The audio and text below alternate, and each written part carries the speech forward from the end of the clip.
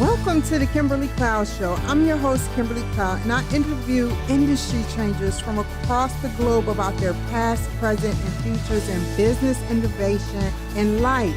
I enjoy helping people build their portfolios and bring out the authenticity of their business. Let's get started with today's guest. Hello, everyone. Welcome to the Kimberly Cloud Show. I'm your host, Kimberly Cloud. I have a very, very special innovator for the show today. Can you go ahead and announce to the world who you are and where you're calling from? I'm Guy Morris. I'm calling from Bellevue, Washington. Thank you for joining the show today, and you're in human form. I just wanted to go ahead and dig into your past leading up into your present, though. I tell everybody I have a very eclectic past. I'm a little bit of a mishmash of everything. I actually started off my journey as a homeless runaway at age 13. I was on the streets of LA. I worked with migrant workers for a few years. I ultimately got my GED. But by the time I was 20, I was already married. I had a toddler, and I had to figure out how to actually make a living. So through a series of what I consider a miracle, I got the chance to go back to college, was able to earn multiple degrees. In part of college, one of my biggest accomplishments in life was that I built a macroeconomic forecast model. This is a big, giant computer forecasting model with lots of algorithms and data, very complicated and boring. But I outperformed the Federal Reserve. That caught their attention. It caught a number of banks' attentions. I got a scholarship. I got a job at IBM, and that kicked off a 38-year career in Fortune 500 companies. Wow. Can you tell me, for those who don't know, how did you do the algorithm and the systems to beat the Federal Reserve? Like, if you can tell us what you can. The main thing that I did that wasn't being done before, and this was not something that any of the economic models had envisioned up until that point, was what was the productivity value of technology on the economy? Mm-hmm. We could track that, company, that X millions of dollars of hardware were sold and X millions of dollars of computer consulting were sold, but we weren't really tracking what did they do with that? What kind of new businesses were they starting? What kind of productivity were they gaining? What kind of worker ratio to revenues were they experiencing? What was this doing to change the fundamentals of our business environment and our economy? And it was the beginning of the digital economy. And that's important because we're now ready to start a new one with AI. We're going to be starting another major cycle of productivity advances in AI. And it's until we realize what that curve looked like, some of the models are going to be off. But at the time, they weren't envisioning anything like that because they didn't really have an idea how to do it. I came up with some algorithms and some ideas and what data to use, and it actually worked. I was 0.1% off the actual numbers, which blew everybody else away by about 2 or 3 times. Congratulations on that journey. We got so much to talk about. Can we go ahead and dig into your 2 books, and then we'll talk about AI in a second? Oh, my 2 books. Well, many books. Well, there's actually 3 published right now. I'm working on the 4th novel, which will be out hopefully this year, and I've got a book proposal for a nonfiction book called Humanity in an AI Tsunami: A Survival Guide.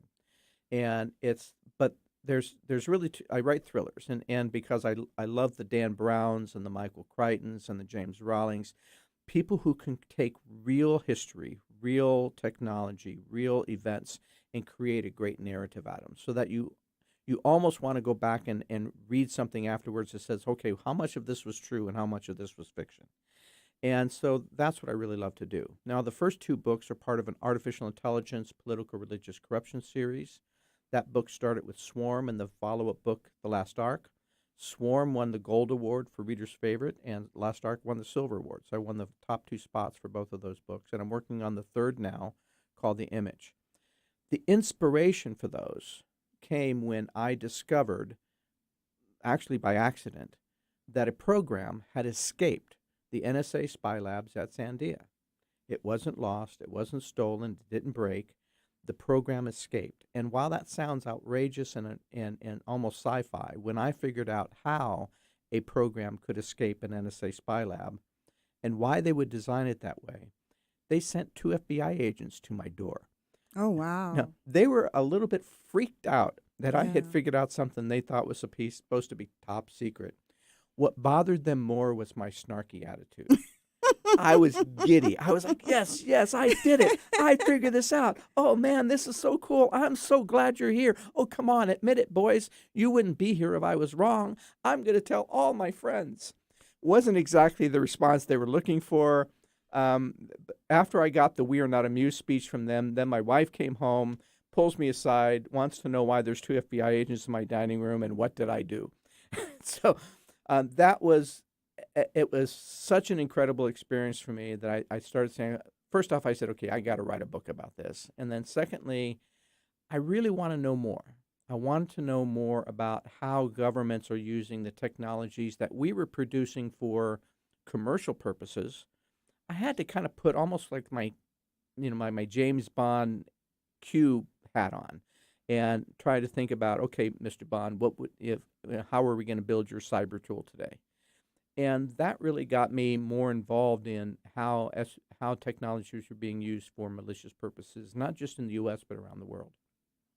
And that was one of the reasons I wanted to write the book, was to help raise this for people to understand and see what's going on around them in plain sight, while we're off doing all of our fun things, but do it in an entertaining way, right? Michael Crichton, when he wrote the book Jurassic Park, was trying to make a statement about the dangers of DNA manipulation and cloning. Yeah. That what happens when we have a super powerful technology and it clashes with people of power who want wealth and money and are malicious. The same problem is going to happen with AI, in that while it's an incredibly powerful, good technology in many ways, there's a lot of potential for misuse and for things to go wrong. And I'm trying to kind of ask those simple questions. Gee, what can go wrong? Now, the third book is a completely different book. It actually was a historical thriller called The Curse of Cortez. And that book took me 12 years to research the history, the archaeology, and the Mayan mythology behind the story. But it is true. It, based on all that 12 years, was trying to find out true. And I was trying to solve a mystery. The mystery was that in 1672, Henry Morgan raided the city of Panama, took 36 ships, 2,000 men. Half the men died in the whole adventure. But Morgan conquered the city. It was the richest city in the New World. Brought back over 35 tons of plunder worth well over $1 billion, maybe $1.5 billion, 600 slaves. But when he got to his fleet, he cheated all of his men and disappeared with almost everything on 3 ships that were never seen again. But Morgan survived and was ultimately knighted and made lieutenant governor of Jamaica. But when he had the power to go back and get his $1 billion plunder, he went insane, went into this haunted, drunken debauchery and burned his logbooks so the world would never know why he had abandoned $1 billion. It took me 12 years to connect the dots between that insanity to events that led all the way back to the origins of the Mayan creation myth. Really amazing book that has history, archaeology, mythology, humor, romance, paranormal. It's a summer blockbuster movie on print. That's my wife's favorite book. Book Trip called it one of their favorite 25 books of 2021.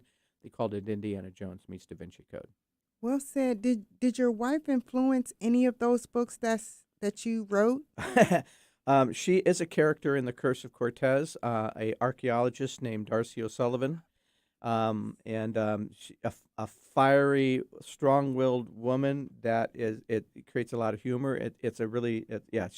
She actually read the character, and I asked, do you mind if I use your name? And after she read the character, she said, "No, I don't mind." You know, I'm sure it would have depended on how that character was written, but I think I got away with it. Cool. Okay, now, drum roll. Can we please talk about what you know about artificial intelligence? Oh my gosh, to say what I know about AI we don't have enough time. I can say this: it's the most powerful technology ever created by humans, and for some of us in the field, has the potential of being more dangerous than nuclear power. And one of the reasons I would say that is we've never had, no matter how powerful the nuclear bomb was, we've never had a nuclear bomb that could recreate its own self. And we now have AI that know how to code, that know how to correct and rewrite their own coding, that talk to other AI in ways that we don't really fully understand, that rewrites its own code in ways we don't fully understand, and could technically replicate and create another AI. And so we're now at a point where we've got an intelligence equal to our own that's quickly becoming equal and will soon be superior to our own.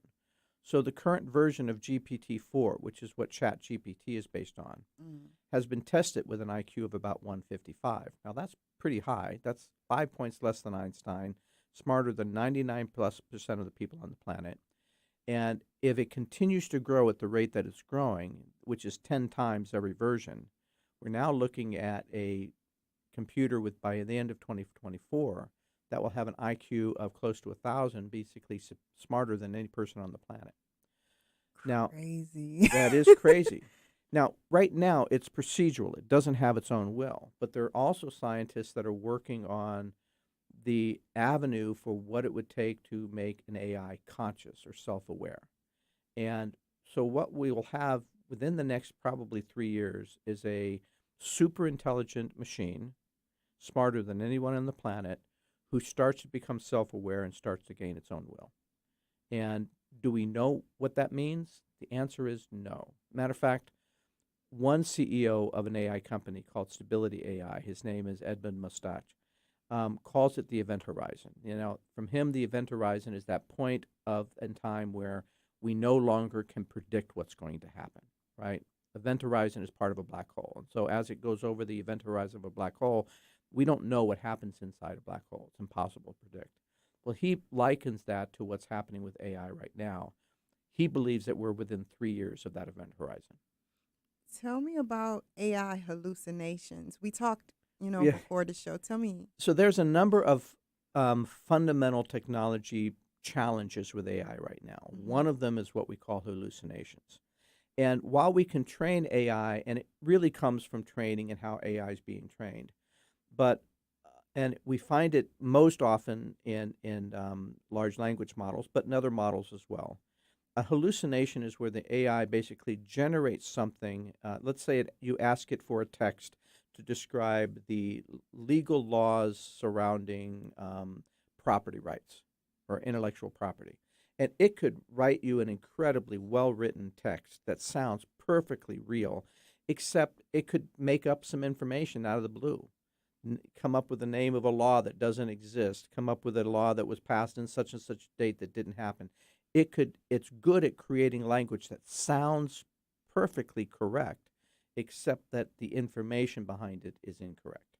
And so that's a major issue. So that's okay if you're a high school student asking it to create a first draft of a paper and you're going to correct it. It's a bad thing if we're relying on that information as it's printed and it gets used. And matter of fact, MSN recently had a problem with this. They fired a whole bunch of their editors, decided that they were going to have AI write their content, and within 2 days they got flooded with complaints about the errors. And so this is a training issue with AI that we're still trying to solve. Now, the hallucinations with AI, is there any way that they have a meaning behind the meaning? Because AI is pretty smart. So what if there was a meaning for that segment or that section, but it wasn't about what you asked it about?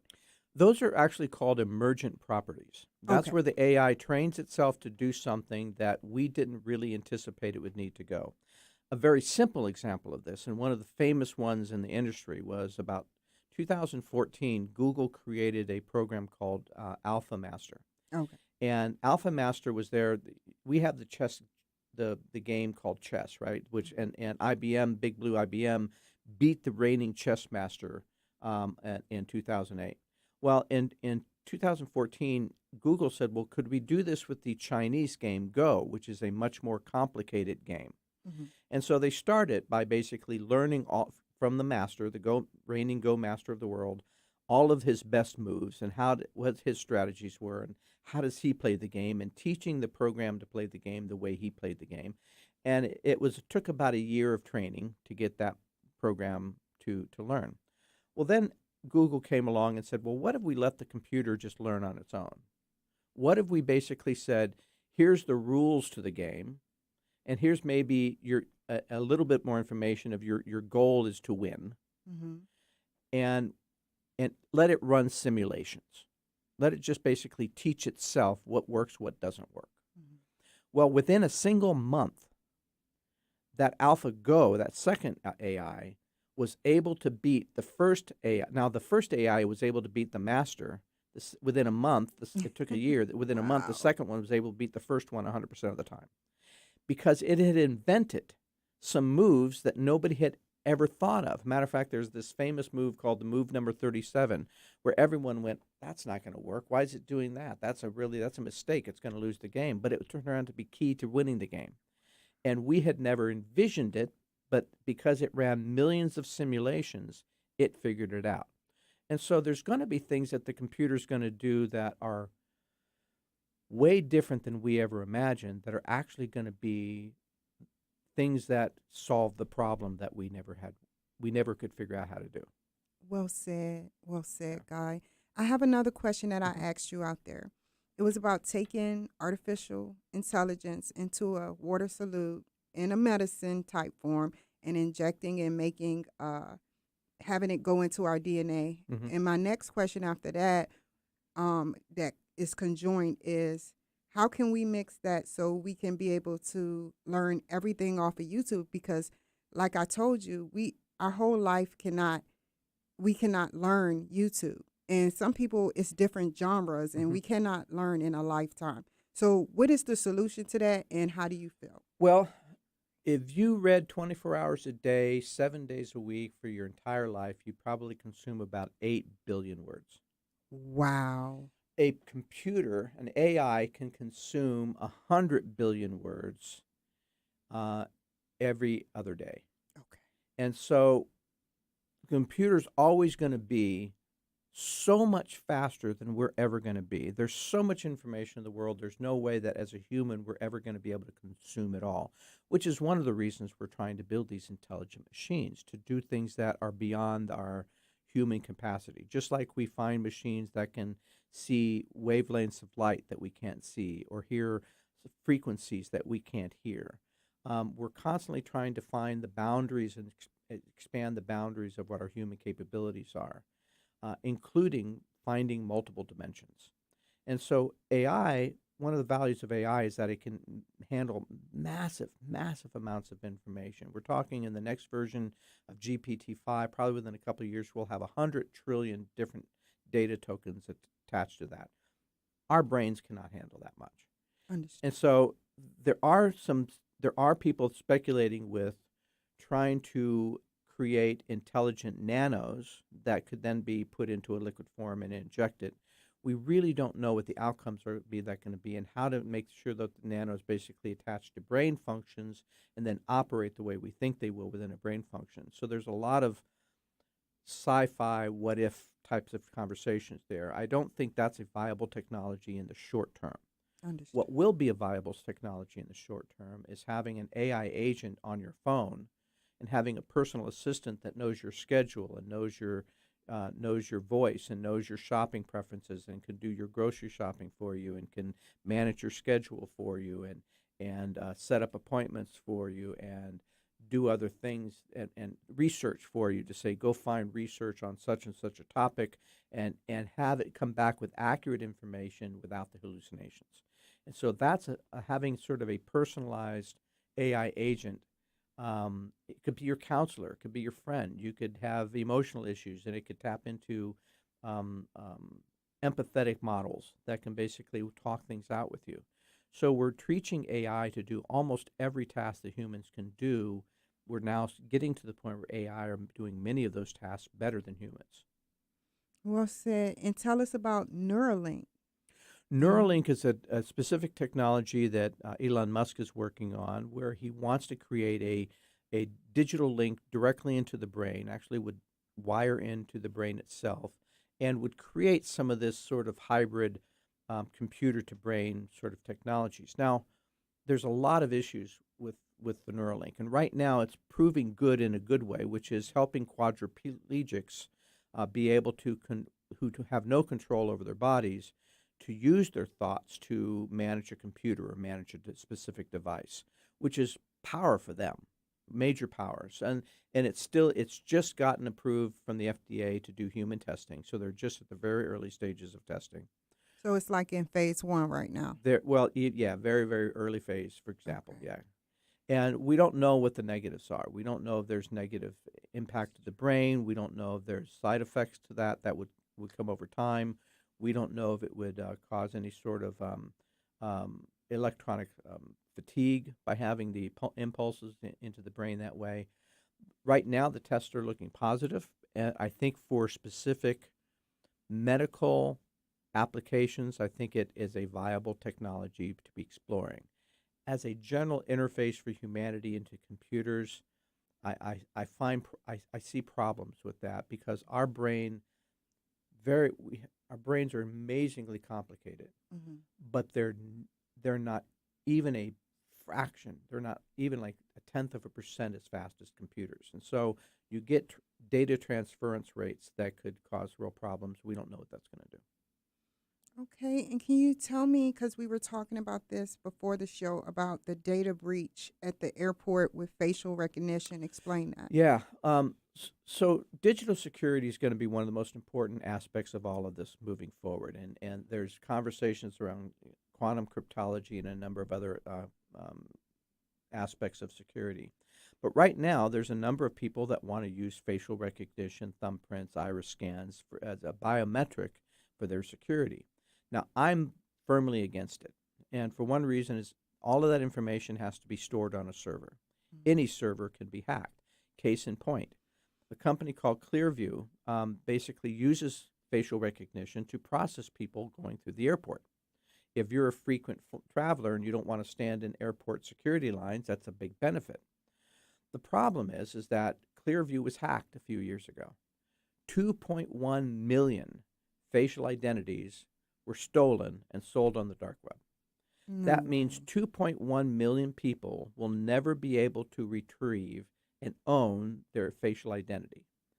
That means somebody could digitize that. They can find another application that uses it. They could replicate a passport for you. You don't own that. Now, if it were a password, that's a pain in the butt when your password is stolen. But you can always reset your passwords. If I steal your facial identity, your digital identity, that's something you're never going to get back, and you're never going to be fully in control of.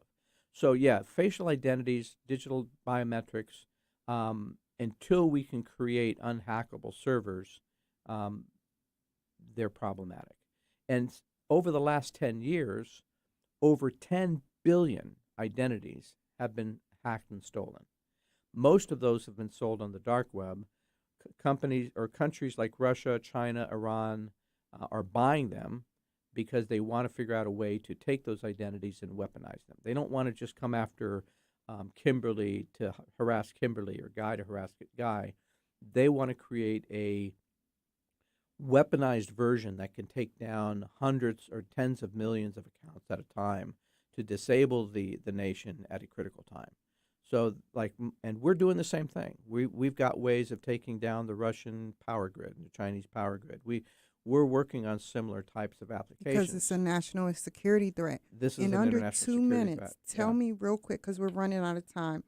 You said that the AI, if it's like a bot or whether it's an AI system, if like Russia do hacking on our system, there's ways to go around it where it would not be traceable and we would be hacked, which is a national security threat. Yeah, the Department of Defense, the RAND Corporation, sent a report to the Department of Defense about 3 years ago, and one of the top 10 national security risks that was on there is something called data poisoning. Data poisoning, since all AI are built on massive, massive amounts of data. One way to sabotage an AI that would be untraceable would be to find a way to introduce bad, false, faulty data into that mix. And there was a hack called the SolarWinds hack about 2 years ago, and that hack came through a normal software update. So it bypassed all of the normal security that we have on our firewall to get into a network. It went through a normal software update and was there for 9 months before somebody discovered that it was there by accident. And so there's leaks in our infrastructure that says somebody can introduce faulty content through the update, and that update affected 18,000 corporations and 8 major U.S. agencies. was there for 9 months before anyone even had an idea it was made, and we don't know what other ones have been sent out using the same distribution method.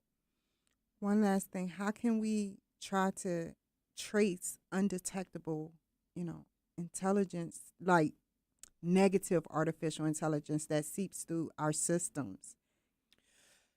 Um, right now, we do not have controls over adequate controls legally, technology-wise, or internationally over managing malicious uses of artificial intelligence. The same platform that created ChatGPT, also was the platform for products called Evil GPT, Fraud GPT, Worm GPT, Darkbird. These are all dark web sold products that are AI products specifically designed to use the power of AI to write more powerful malicious code faster. And so, as we're growing AI, the ability for criminals and other people who want to use it maliciously is growing as well.